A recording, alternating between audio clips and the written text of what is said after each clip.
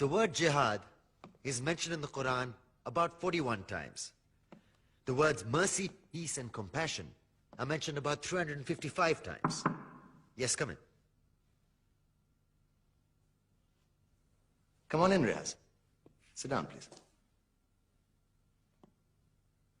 Contrary to popular belief in most Western cultures, Islam is a religion that preaches peace and tolerance. Yes, Patricia.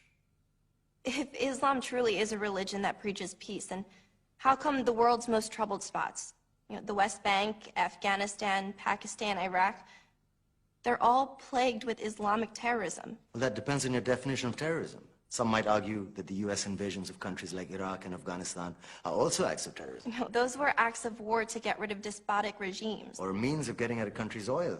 Conspiracy theories. Well, May I? Yes, please. Go ahead, Riaz. Mr. Khan is right. I mean, if we're talking about terrorists, the world's biggest terrorists are the white superpowers. Come on now. No, really, stop and think about it. Explain 9/11. Okay. Do you know how many people died in the Twin Towers strike?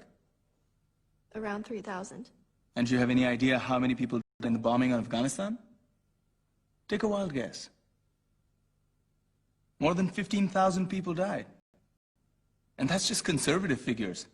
About 50,000 tons of explosives were dropped on innocent civilians. Men, women, children. Yeah, but that was because of the Taliban. Now that you brought it up, did you know that the Taliban was a creation of the CIA to fight the Russians? Whatever. They were still harboring terrorists. Yeah, right. Terrorists that were never found. Just like the weapons of mass destruction that were never found in Iraq. Do you know the death toll in Iraq? 500,000 civilians and counting.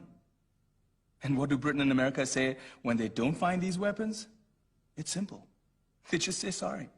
And still refuse to relinquish control of these countries. What are you trying to say? What I'm trying to say is that just because you're American, wear a fancy suit, and call yourself the president, doesn't make you any less of a terrorist.